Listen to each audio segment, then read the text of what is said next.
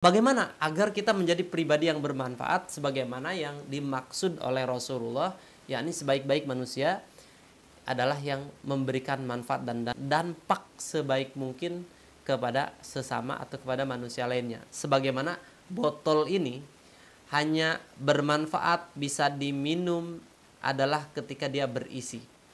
Adalah ketika dia memiliki air di dalamnya. Tetapi kalau tidak, ini dibuang. Ini jadi rongsokan. Jangan sampai kita menjadi pribadi yang seperti botol ini.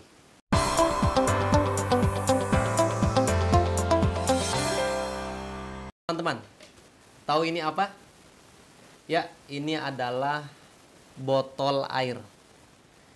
Botol air ini hanya bisa bermanfaat untuk diminum oleh orang yang sedang kehausan, oleh orang yang sedang dahaga, adalah ketika botol ini ada isinya.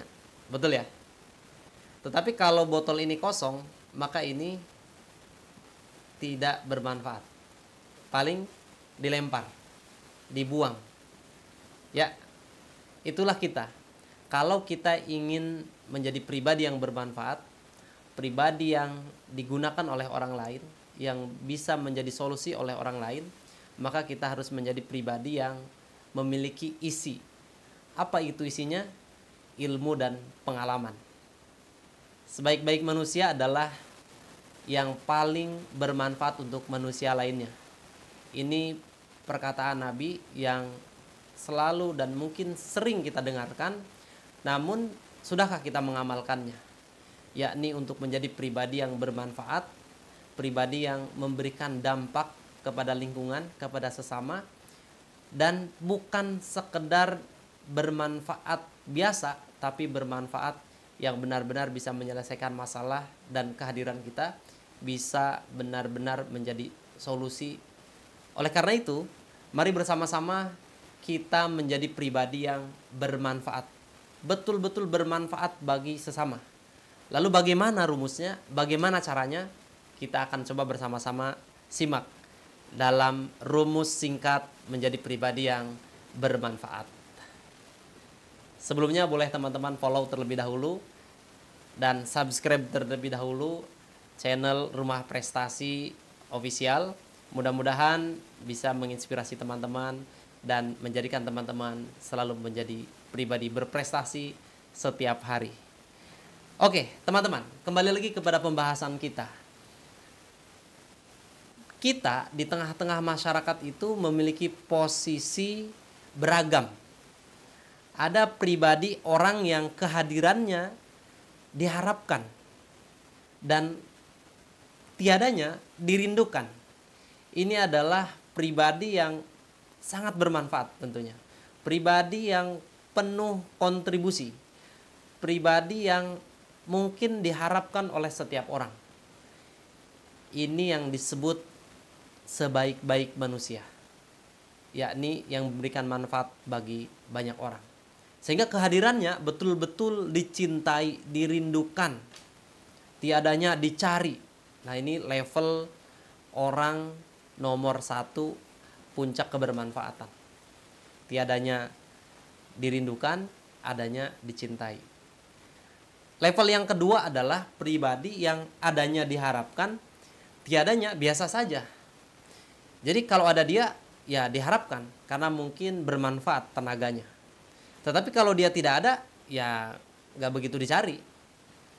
Ya, ini level kedua lah. Ya. Namun ada level yang ketiga yang cukup berbahaya.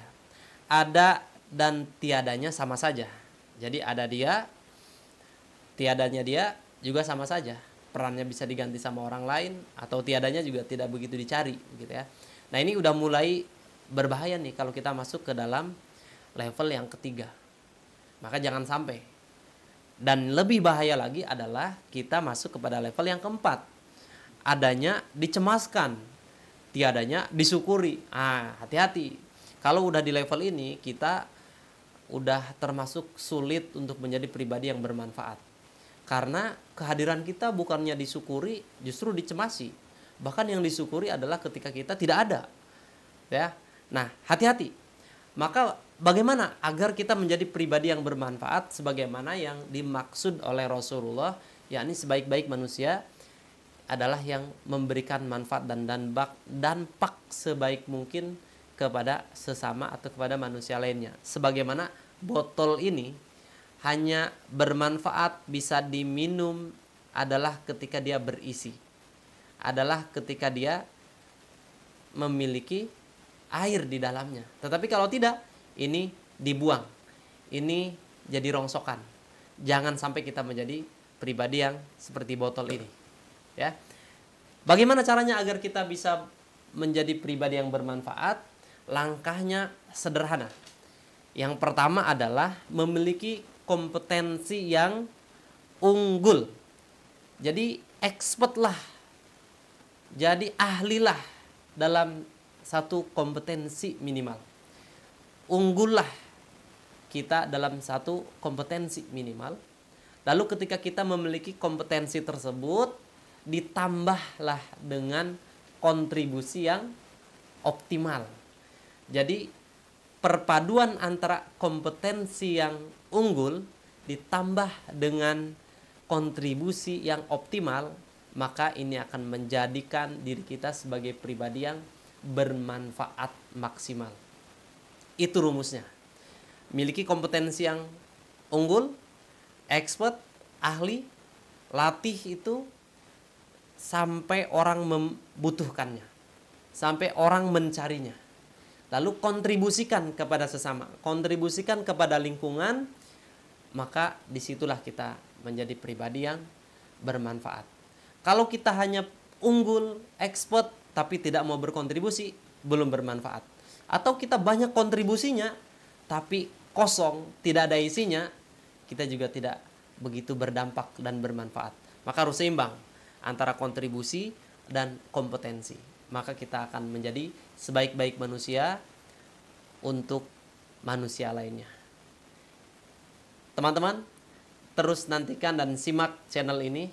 Kita akan bahas tema-tema lainnya dan bersama-sama kita menjadi pribadi yang berprestasi setiap hari.